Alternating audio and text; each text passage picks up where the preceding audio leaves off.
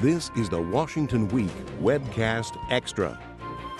Hello, I'm Gwen Ifill, and welcome to the Washington Week Webcast Extra, where we pick up where we left off on the weekly broadcast. Joining me around the table, John Harwood of CNBC and The New York Times, Peter Baker of The New York Times, and Karen Tumulty of The Washington Post. This week we saw two long-awaited candidate endorsements, and both were of the lukewarm variety. California Governor Jerry Brown, who has had a long and fractious relationship with both Clintons, waited until a week before his state's primary before endorsing Hillary, saying, "This is no time for Democrats to keep fighting each other. The general election has already begun, and Hillary Clinton, with her long experience, especially as Secretary of State, has a firm grasp of the issues and will be prepared to lead our country on day one." And even then, he praised Bernie Sanders. And House Speaker Paul Ryan came around to the inevitability of Donald Trump, but it wasn't exactly an embrace. Here's how he put it in an interview with the Associated Press. There's no kind of an agreement of sorts. It was just needing to spend time with our presumptive nominee to get comfortable with the notion that he would be supportive of the direction we want to go as a party, as a country. So whether they're lukewarm or not, do these endorsements even matter anymore? Well, I think what's interesting, normally endorsements are about the endorser trying to help the endorsee. In this case, I think both of them, and particularly Ryan, was doing it for his own purposes. There's a real institutional struggle about what the Republican Party stands for. And Paul Ryan wants it to be the congressional wing of that party that defines it. So he's, essentially realizing there's only one guy left as the nominee, but if he wants to advance his ideas, he's got to get this whole argument off the table. Which is interesting because that's what Jerry Brown doesn't quite have the same situation, but I do remember, we all remember in 1992 when he actually ran for president and took a real shot at Hillary Clinton, which made Bill Clinton not happy. And they have never been warm ever since. But I guess he was left in a situation where if he didn't endorse, it would have been a bigger deal.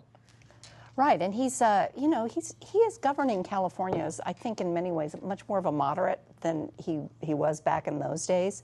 So I think he also represents more of the Clinton brand of democratic politics than maybe he might have at an earlier phase in his life. Which leads it to the two candidates to really slug it out against each other. Let's listen a little bit more to their back and forth from this week. Imagine if he had not just his Twitter account at his disposal when he's angry, but America's entire arsenal. Do we want him making those calls? Someone thin-skinned and quick to anger who lashes out at the smallest criticism. Do we want his finger anywhere near the button? The only reason she's behaving like this, and the only reason she's been dragged so far left, believe me, is she doesn't want to go to jail over the emails, okay? I have read so much about the emails. Folks, honestly, she's guilty as hell. Now, that's not returning. What did Hillary say? That he responds to every little slight, and then he did it the very next day. So it sounds like that's the deal. Well, look, he kind of proved her point with the tweets that he sent during her speech. That's true. With the remarks that he made there, with the interview that he gave to the Wall Street Journal when he went after the Mexican judge of Mexican heritage, which he said was an inherent conflict of interest. Each of them have material to work with. A lot of Americans don't trust Hillary Clinton, so that is a line that we're going to hear a lot from Donald Trump.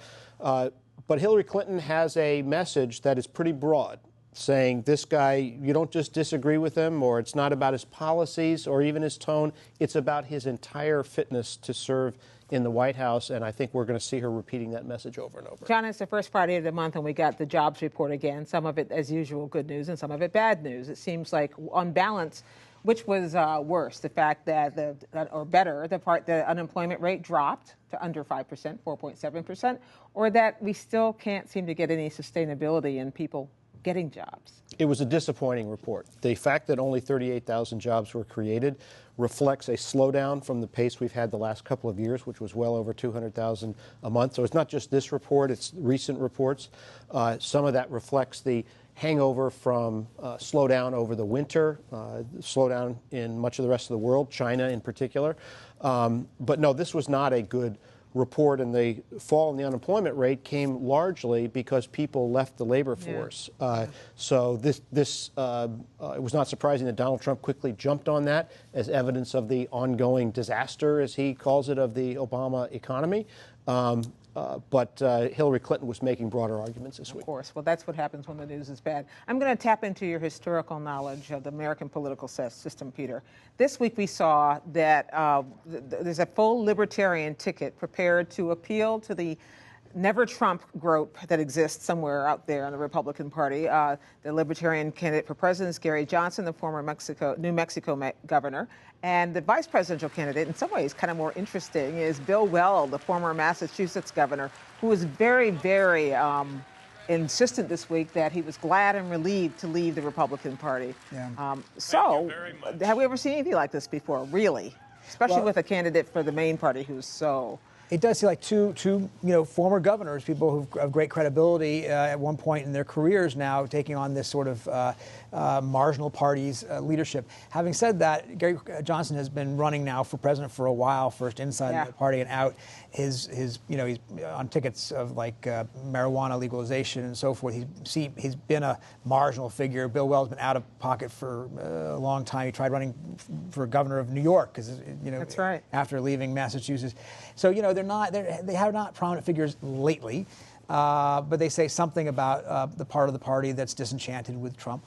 I don't know they have much of an appeal beyond a small amount, but Ralph Nader didn't have much more than 3%, and he arguably made a big difference in 2000. So we'll see if it gets anywhere. So if it's really, really close, who knows? Yeah, in particular states, In this year, I am so ready to be surprised by anything that happens next. Honest to goodness, thank you all very much. Stay online all week long for the latest developments on these and other stories from the best reporters in Washington, our panelists. That's, of course, at pbs.org/Washington Week. And we'll see you next time on the Washington Week Webcast Extra.